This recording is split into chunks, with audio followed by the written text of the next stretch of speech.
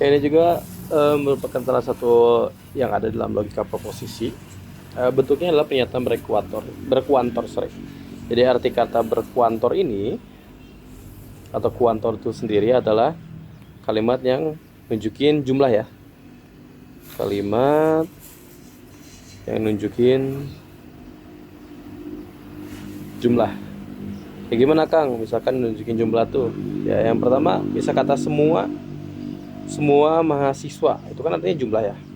Bisa kata semua, bisa kata ada setiap, bisa ada seluruh, terus ada kalimat sebagian, terus ada juga ada mungkin bisa dipakai. Ini nunjukin kalimat-kalimat kuantor atau yang punya jumlah. Sehingga di sini akan pengen ngajarin dua hal ke kalian, tiga hal. Yang pertama adalah gimana cara kita bikin pernyataan kuantor ini dalam bentuk rumus. Yang kedua kita akan juga belajar gimana cara ngenegasiinnya, karena akan ada beberapa pernyataan atau pertanyaan yang nanya kebalikan dari pernyataan kuantor tersebut. Nanti akan ada. Dan juga ekuivalen atau bentuk lain yang bisa mewakili kalimat kuantor tadi. Jadi kita belajar dulu dari beberapa simbolnya. Jadi beberapa simbol dalam kuantor ini ada dua yang baru, karena nanti kedepannya akan sama aja. Yang pertama adalah universal, yang kita tandain sebagai A kebalik seperti ini. Ini nunjukin kata semua, setiap, ataupun bisa jadi seluruh ya. Nah, kalau kalian nemu kata gini berarti simbolnya adalah si universal atau A kebalik ini. Misalkan Akang punya pernyataan semua mobil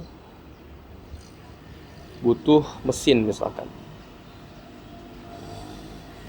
Jadi dari kata ya udah nggak usah ada mesinnya dulu, kalimat awalnya dulu, karena nanti bisa jadi ada dua pernyataan ya.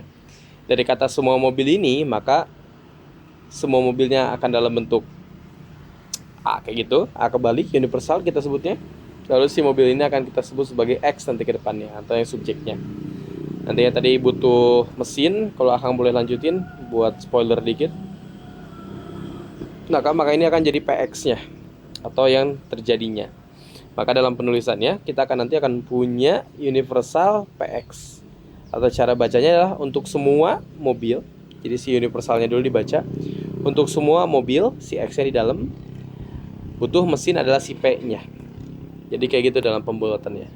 Itu untuk yang universal. Untuk yang misalkan satu lagi, ini tuh ada akan takut salah namanya apa? Bukan eksponensial sih enakan, tapi ada yang bentuknya tuh eksensial kalau nggak salah, eksential.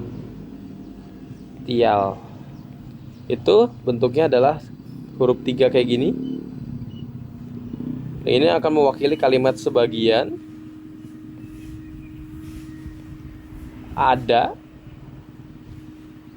atau bisa banyak ya sebenarnya untuk jumlah yang mengatakan bahwa ada sebagian yang iya, sebagian yang enggak. Itu kita definisi sebagai esensial. Maka kalau gitu kalimatnya misalkan sebagian hewan makan daging. Nah, ini bisa nunjukin ke kita kalau kalimat sebagian ini akan jadi esensialnya. Hewan ini akan jadi subjeknya sebagai X dan makan daging adalah PX ya. Oleh karena itu ini bisa jadi cara nulisnya adalah seperti ini. Nah, ini adalah pernyataannya. Jadi sama kayak logika proposisi di video sebelumnya, kita ya harus belajar cara membuat rumusnya dulu untuk memudahkan kita dalam mengotak-atik bisa jadi negasi ataupun menjadi ekuivalennya. Jadi kita harus belajar ini ya dulu sebelum yang lain. Ini adalah untuk bentuk-bentuk cara perumusannya ya. Cuma ada dua, jadi ada universal doang sama esensial.